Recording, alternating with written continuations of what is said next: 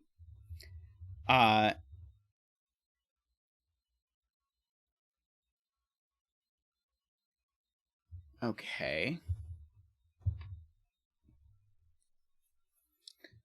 So this at least 3. Green does have to grow, that's right, because green could maybe take that cell, but even if it does, green now has to come out here. And orange certainly has to grow, because orange could take that cell, but even if it does, it has to come out to here. Yellow, likewise, has to grow to there now, we know. Oh, so now orange is 1, 2, 3, 4, 5, 6. Now orange is forced to take a cell on this thermo, so this digit's at least 7. So this digit's at least 8, because no matter how the orange does grow, it's always taking one of these two cells, meaning that that cell's at least 7 and that cell's at least 8.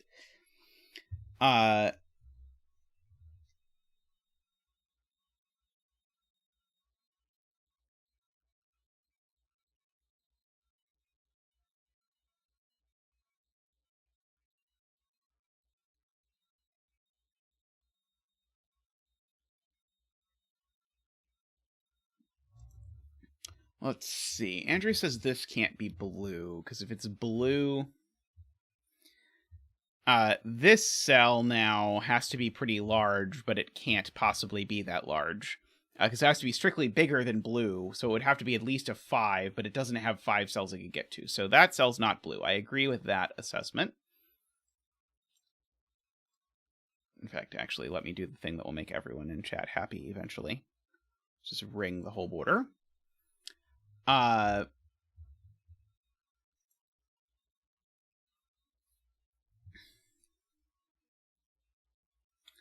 So, and I can put a border in there. Put a border in there. Row 5, column 10.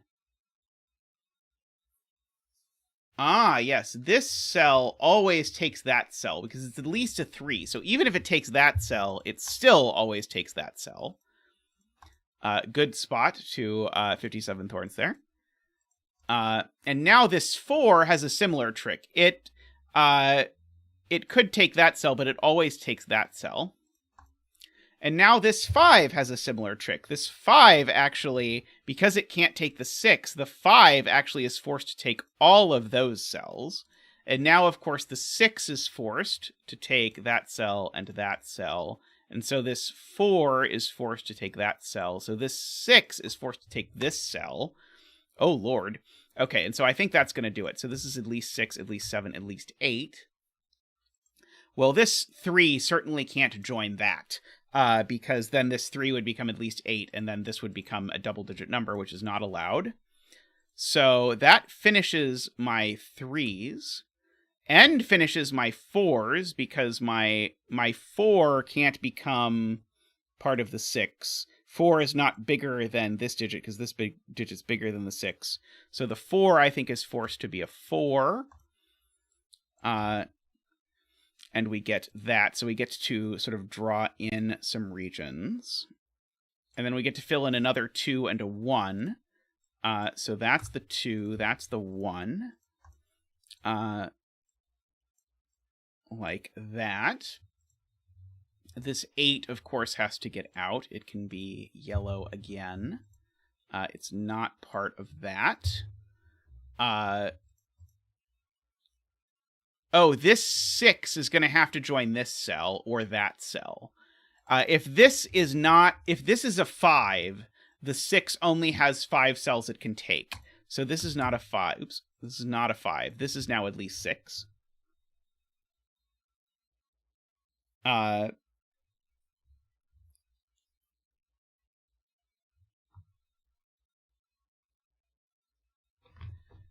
Oh, this I know is a 2. I can place real digits there. I don't think I can place real digits anywhere else as of yet. Oh, I missed a border between the 3 and the 4. Thank you. That would have been a disaster. If this... So, I think this could take that cell, maybe. It doesn't look great. It certainly can't take that cell, though. So this is at most a 6, for whatever that's worth. Oh, this yellow has to keep getting out. I don't know why I missed that before. These are also maxes now?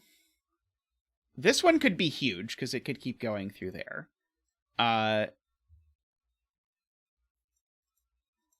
Is the point about this cell now having to take a lot of things?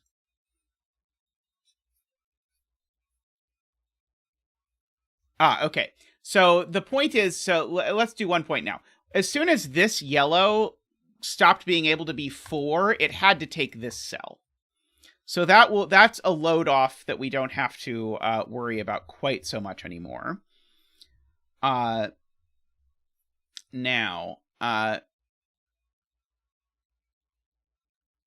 and now yellow is less than green. And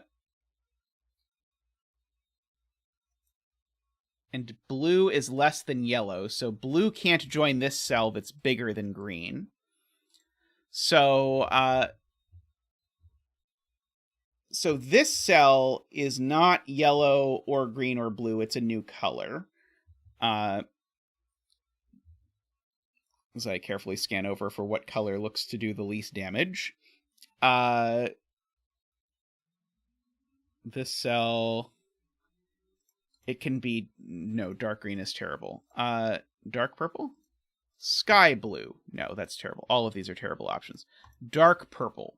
Still terrible. Brown. Okay, you get to be brown. I don't know what you did wrong that meant that you had to be brown, but you get to be brown. I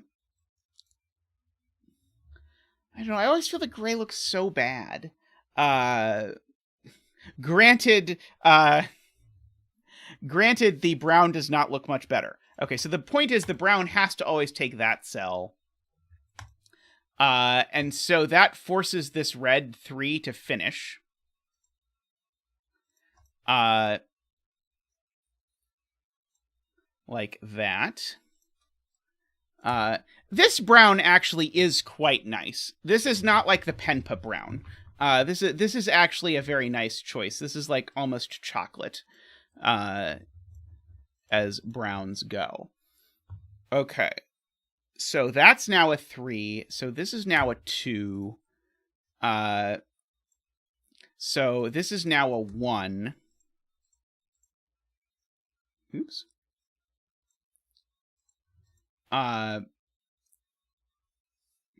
So now the 7 is certainly separate from the 6. And so the 7 Might or might not go there, but the 7 always goes there. Let me get back my my brown that I like.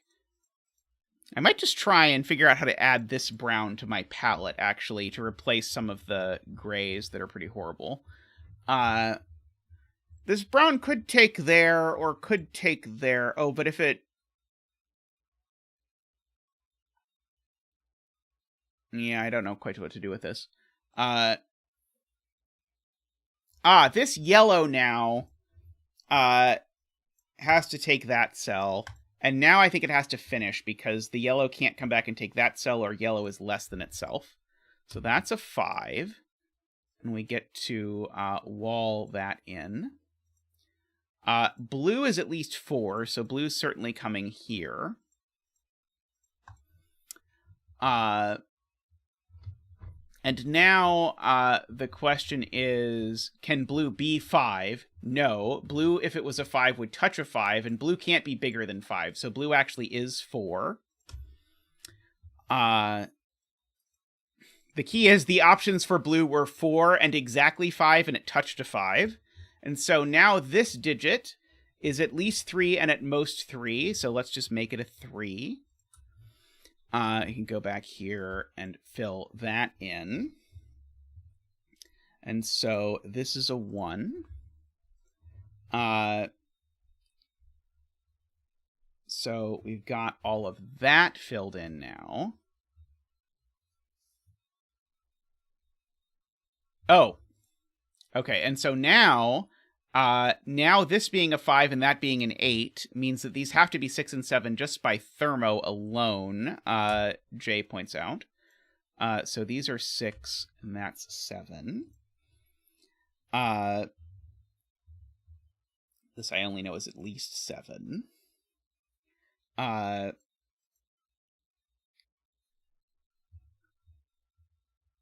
Yeah, I thought I was trying to get to Ambrose's point by doing all of this nonsense over here, but Ambrose's point was you've got a 5 and an 8 standing around 2 digits on a thermo. So I've been trying to get to Ambrose's point this whole time. I did not get there goodly. 1, 2, 3, 4, 5.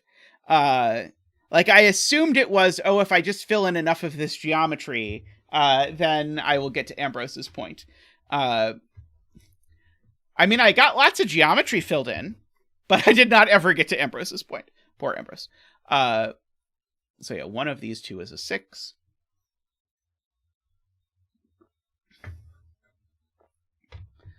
That would have been very helpful, Jay. I think it's a bit of a shame that people weren't a bit more on the ball about that one.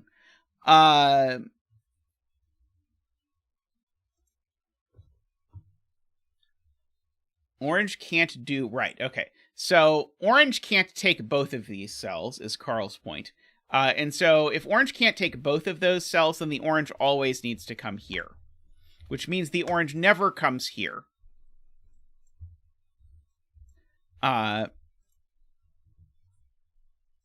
So that is a 7. 1, 2, 3, 4, 5, 6. Okay, so now one of these is a 7.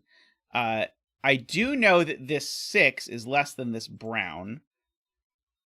This brown is at least 7, so it's not less than 7. So the brown can never take this cell. Now, unfortunately, the brown is only at least 7. It could well take that cell.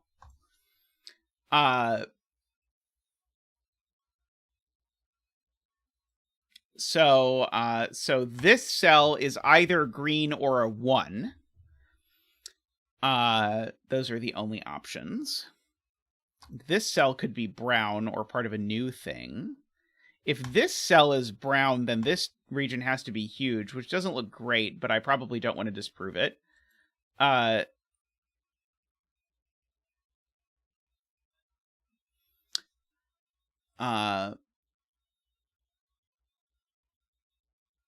This whole part of this puzzle we haven't even looked at yet, which is ominous.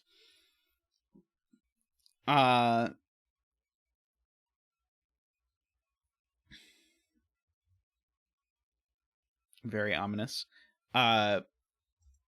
This 7? No, I was going to say something that I don't think is true. I think I was going to try and say it always takes that, but I don't think it does.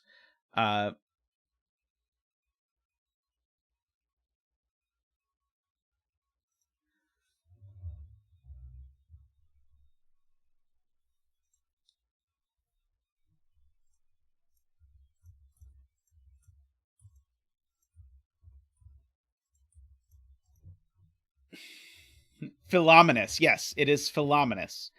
Okay, this cell has to be at least as big as 3 for whatever it's worth. It probably is just part of green.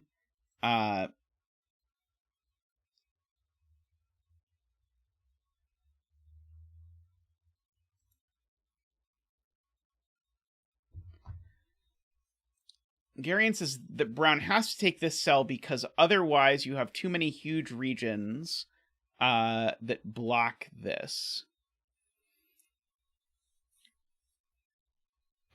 Because, yeah, I don't think I can do the math on that, because, like, all of these now become big, but I don't see a way to sort of, like, this is going to require, like, 17 cases in order to argue. I agree it looks very, very bad if brown doesn't take this. But I certainly don't see a way to prove that it has to, as it currently sits in.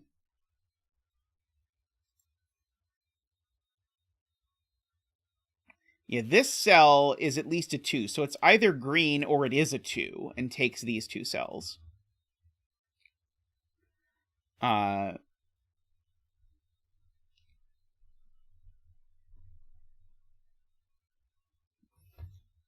Let's see.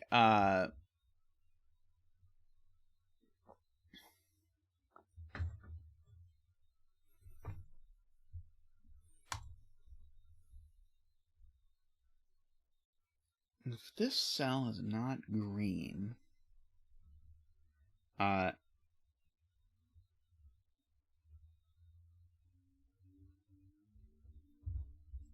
okay, so Josh says if brown goes down once, so in the world where brown goes down once, this thing goes down, and now no matter what brown does, it also goes down. In so doing, this 5 has become huge. But brown has now been... And brown can't take this 5, so brown goes through the bet tree. This 5 is over down here. But brown is now 1, 2, 3, 4, 5, 6. Brown is only 6. It might take that 7th cell. I have to actually argue it can't take this 7th cell because of the green 4. Oh, no, this is already broken, is the point. Because green now is at most 4, but green is also at least 8. Yes, okay. So, that's, like, significantly over the line of bifurcation for me, but it does convince me that this cell is brown. So, all of these are at least 8. Oh, DWeb doesn't believe that we actually proved it. I am willing to unwind and not use that.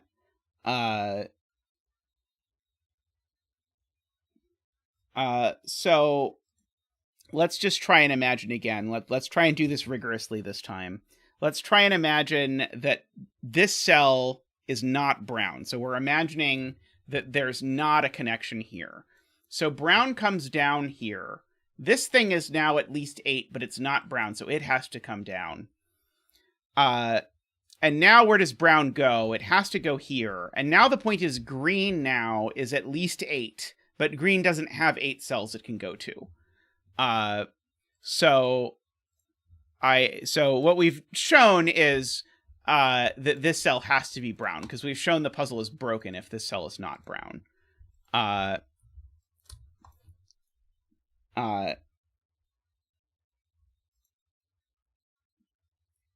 Okay.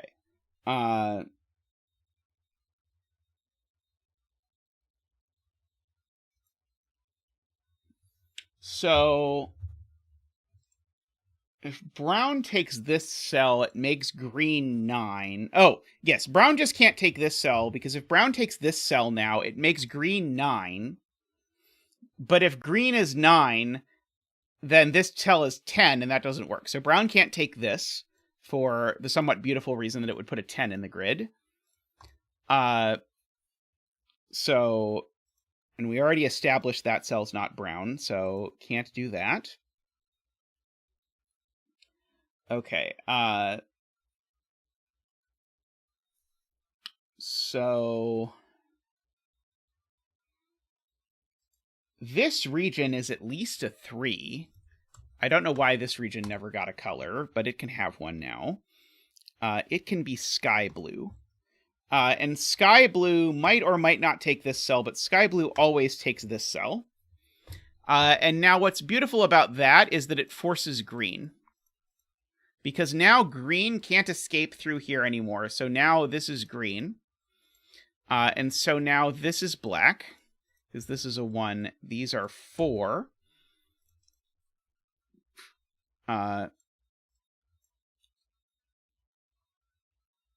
And sky blue can't take this cell because sky blue is less than green and this is bigger than green. And so sky blue is 3 because it's a number between 2 and 4, and we know where it gets its last sky blue cell. It's there. So this is now at least 5, whatever it is. It can be dark purple. Oops, sorry, I didn't mean to delete that. I just meant to delete that. Brown still has to get out. So brown now takes this cell. I do know brown and orange are different, despite them looking very similar. And so that's going to push brown up, because now now orange needs to come up here to finish. And now that's going to push green down, because now green needs to come here to finish. I think by uniqueness, we probably would have known that a while ago. So now this is a 7, and that's a 6. These are 8. Now, the only way that I know that brown and purple are different is that it would be more than 9 if it was. Okay, so brown now 1, 2, 3, 4, 5, 6. Okay.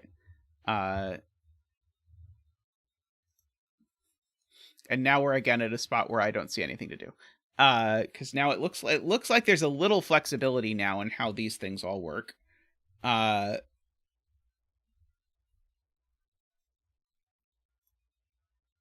So is the point that purple can't touch this thermo too high up?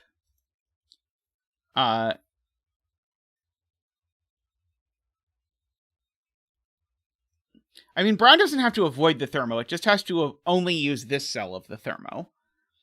But I think using that cell of the thermo is fine. And then even purple can finish over here, and then we can just leave this thermo alone in peace. It's interesting how both of these can't be 1.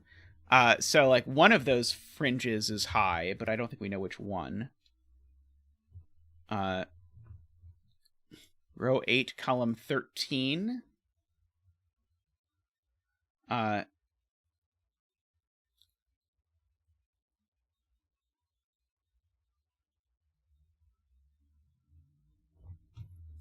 Okay, so it's being claimed by Kurban that this cell must go right. So if it goes left instead, or up and left, why can't it just be the 7?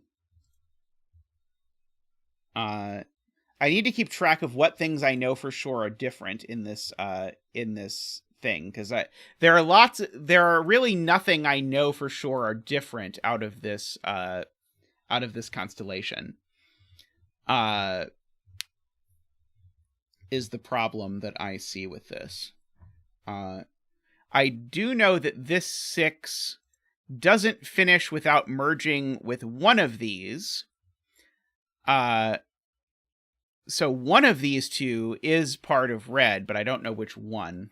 Yeah, we do know red hits the thermo. We just don't know where on the thermo red hits.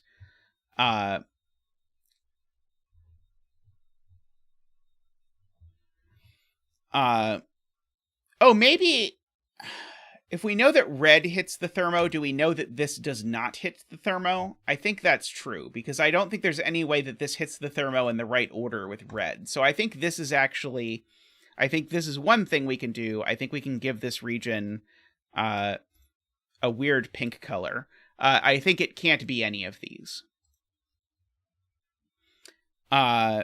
And so the weird pink color region, it can't touch this thermo because I know red touches the thermo. And wherever red touches the thermo, it's not going to let this touch the thermo. And so this is going to have to come out at least this far, I believe.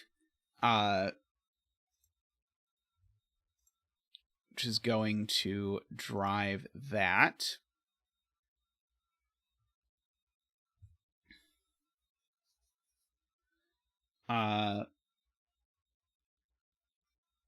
Right, it still can't touch the thermo, because if it touches the thermo down here, it still violates the fact that 6 touches it higher up. So those are both out, so it has to keep going. So yellow has to keep growing, because yellow is at least 8. So yellow has to keep growing, because yellow is at least 8. Oops, that's not what I wanted. And so now pink has to keep growing. Still can't touch the thermo. So, and pink could get 1 cell over here, but not 2. So pink always makes it at least that far. And now yellow does touch blue, Ambrose notices. So yellow is now 9, because I can't have 8s that touch. So all of those are 9. That cell is yellow. A 9 certainly can't touch a thermo in that way. That would be inappropriate. So the yellow keeps growing. 3, 4, 5. This is yellow. 6. That has become officially 1 now.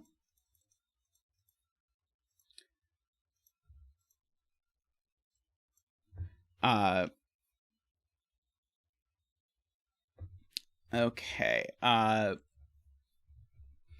Now, if this pink could never touch here, right? If this pink touches here, it makes this 7, 8, 9 exactly.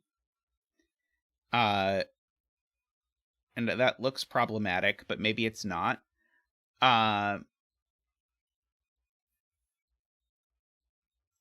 This 4 has to get out of this constellation. That's the thing I should be looking at. This 4, whatever it is, it has to get out. And it could maybe take that cell, but it's always taking this cell. And the point is, once it has to take that cell, then these become red, because red needs to be at least 6, and now red is exactly 6. That is, I think, an elegant way to see what's going on up here. The 4 can be red. Oh, no. Oh, you're right. The 4 can be red. Sorry, I was thinking that I knew that these two were the same, but I don't. You're right. Sorry.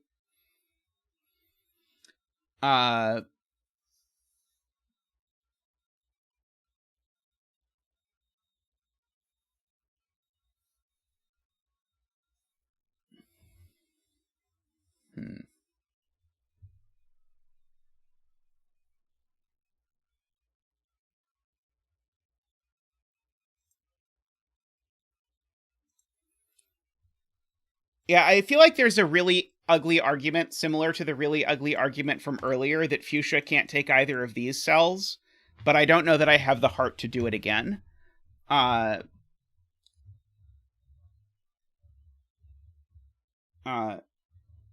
Kurobon's actually saying that pink has to take one of these cells.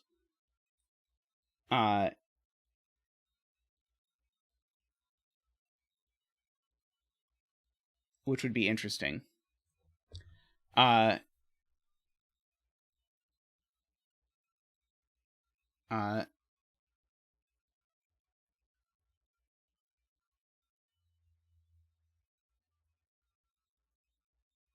Please consolidate the yellows in the 9 region. But these are different yellows because they're different. Oh, no. I see. Oh, no. That was horrible. I'm sorry for doing that to you. You don't deserve that. You deserve better. Oops. Ah! No, undo. Okay, delete that and then make that yellow. That's still not the right yellow.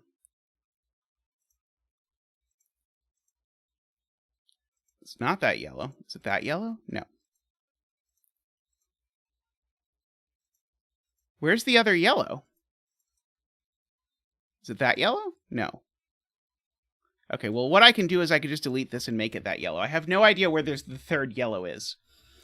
I'm very confused by that.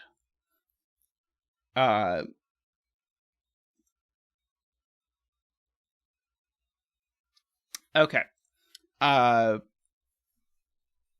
know that this yellow and this yellow aren't the same yellow, which is perhaps an argument for making this some other color out of this. Like, this can be the burnt umber color instead, just to look more different from the things around it. Let's see. The 9 is currently 1, 2, 3, 4, 5, 6, 7. So it needs 2 more cells.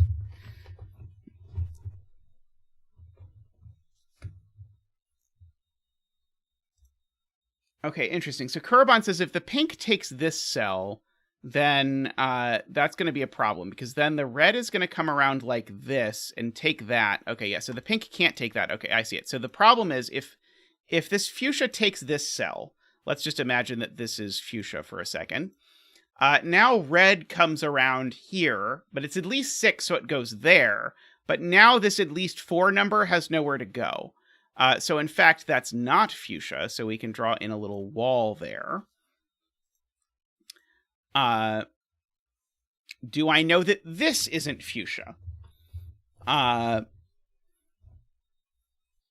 I think actually that probably is fuchsia. Because if that's fuchsia, it works really well. Oh, wait, no, sorry. I'm reading this thermo backwards. Right. If this is fuchsia, then red comes over here and is bigger than fuchsia, except red is less than fuchsia. Sorry, I read the thermo backwards and was like, oh, that sounds perfect. Okay. So now fuchsia has to go through this thermo. Okay, I'm glad I didn't just believe earlier that I could prove if I really tried that fuchsia couldn't take one of these.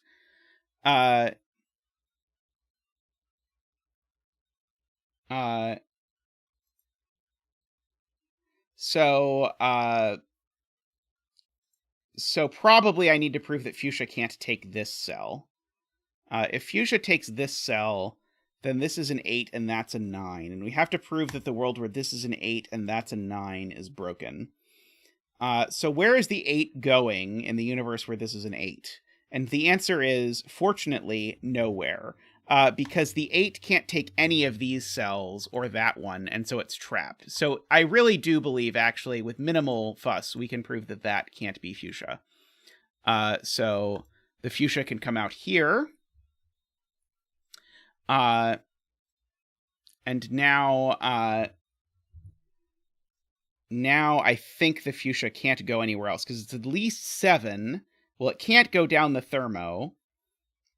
Wait, sorry, I don't know that it doesn't go that way, do I? I just drew that in for no good reason. Perhaps optimism. I drew it in because optimism. But anyway, this is now at least an 8. It certainly can't take the bulb of this arrow over here. Yeah, this can only be 7 or 8.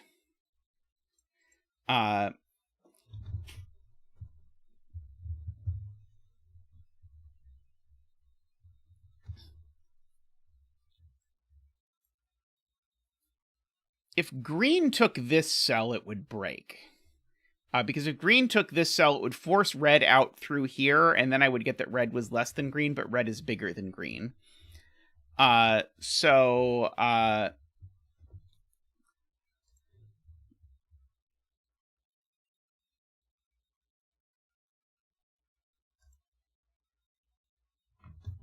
thought this had to escape earlier, but then chat convinced me that I didn't know it wasn't red. And that I could do something like red is this, and now this escapes down like that. I think that works, unfortunately. Make red this, and then make this just escape down, and then everything is, I think, okay. This 8, though, it's huge. So let's start drawing in that 8. and we'll make it ocean spray. So ocean spray could take these two, but it can't take any of these because it would put a number bigger than 10 into the grid. Similarly, ocean spray can't take that, so it's going to come over there. 2, 3, 4, 5. So ocean spray does need to keep growing, but I don't know exactly where it's going to keep growing to. But ocean spray needs at least 8 cells. So maybe the question is, how many cells is it allowed to take at maximum? So let's just highlight every cell that could possibly be ocean spray. And so in so doing, I need to take out one for the fact that the 2 needs a cell. I need to take out 2 for the fact that the 3 needs 2 cells at least. And so I'm currently at too many. I don't think I can quite deduce that anything has to be ocean spray at the moment, unfortunately.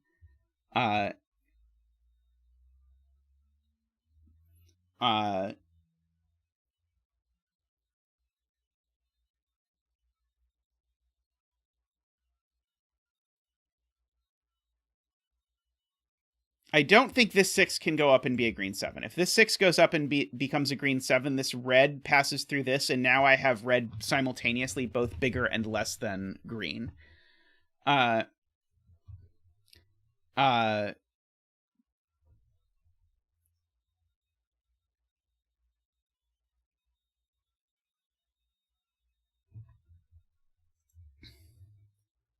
Okay, so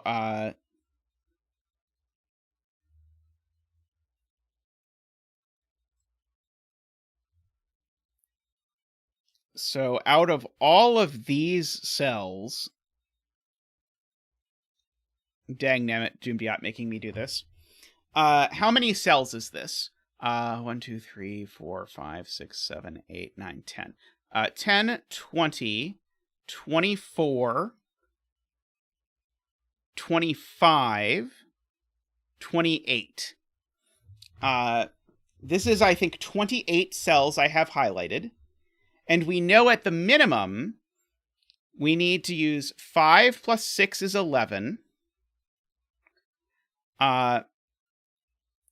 Plus 4 is 15. Plus 3, 2, 1 is 21. Plus 8 is 29. Did I miscount? 20, 24, 29. Okay, yes. So yes. So that is exactly correct. So in particular, the punchline is that ocean spray takes these 2 cells, and makes these all 7s.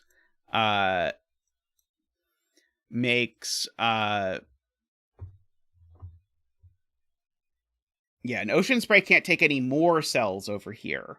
So ocean spray actually finishes here and can't be larger than 8. So I know that all of these are 8s. If this was larger than 1, we'd need a 30th cell. And so same for any of these. And so in this version, yes, green is 5, red is 6.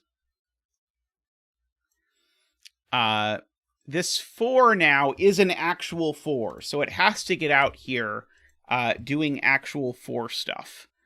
It can be deep ocean. And so now this red, I think this is a regular red. This red 6 finishes. Oops. No, this is only getting worse. So red finishes. Deep ocean finishes. Wait, where did deep ocean go? There we go. No, that's not deep ocean. That will bother chat immensely if I do that. There we go. That's deep ocean. There we go. Okay. So these are 4.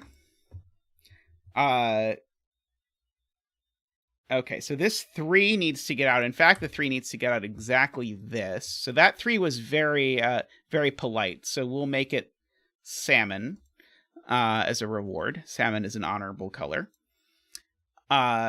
This is a 1, so we just know it's black because all 1s are black.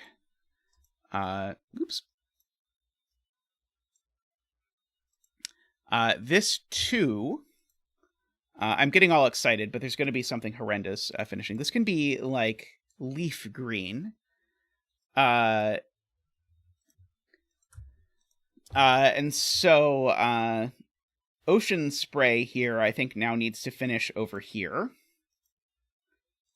I think a lot of paint colors have a nautical theme. You can call this seasick green if you want a nautical version of what this is. This 2, whatever it is, it needs to get out.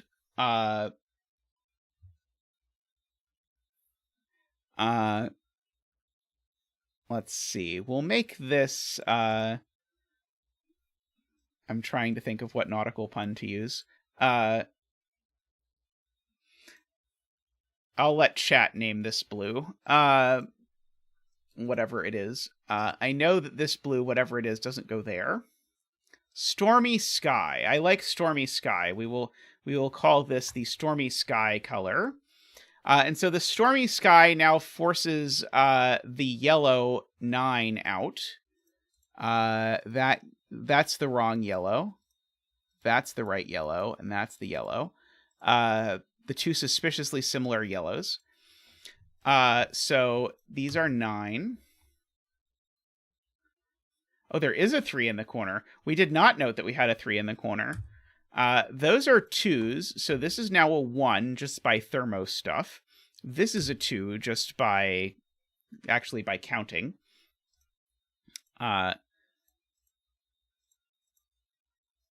Go ahead and fill that in. So now this can't be a 1 anymore because it's touching a 1. So it's at least a 2, that's at least a 3, that's at least a 4. So this has to get out whatever it is.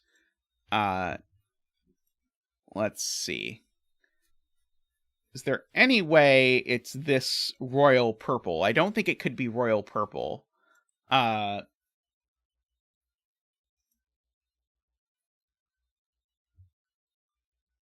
Which one? This one can't be a 3 because it's less than 2. So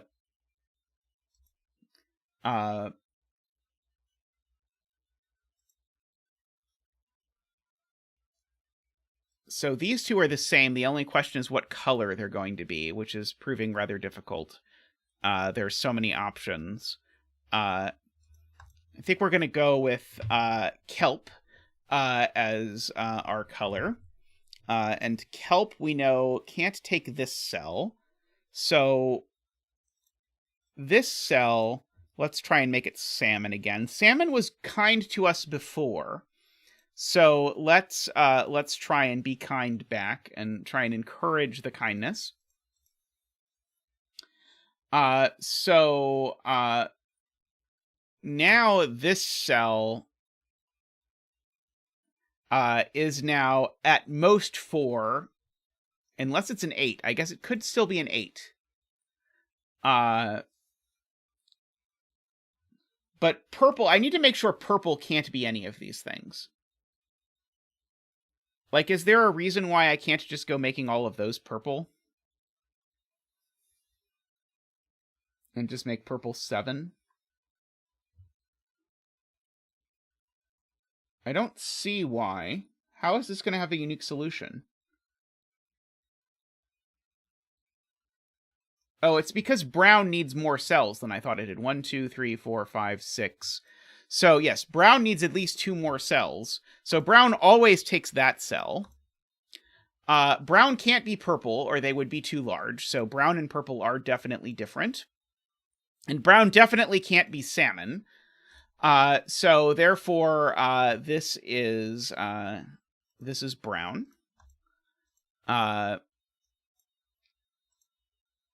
And so all of these become 8.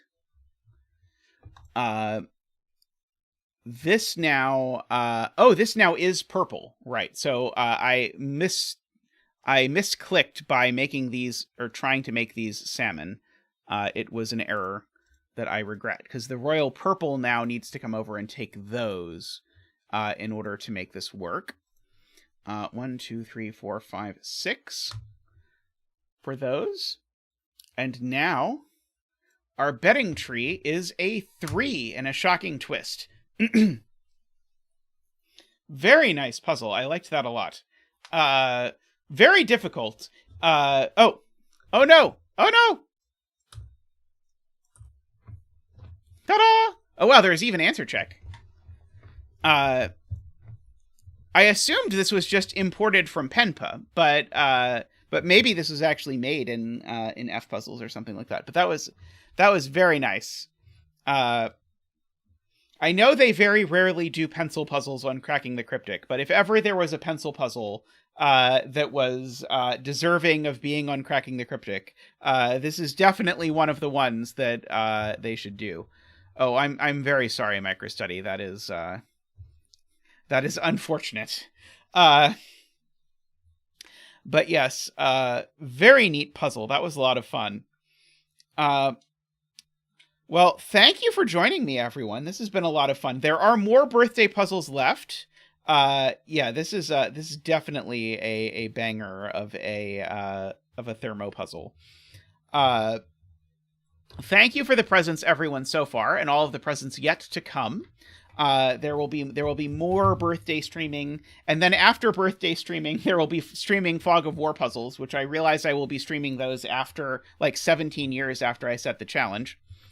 And then, after the Fog of War puzzles, we have our 2,000 subscriber celebration, where we're going to have Tallcat on. I believe that is semi-confirmed.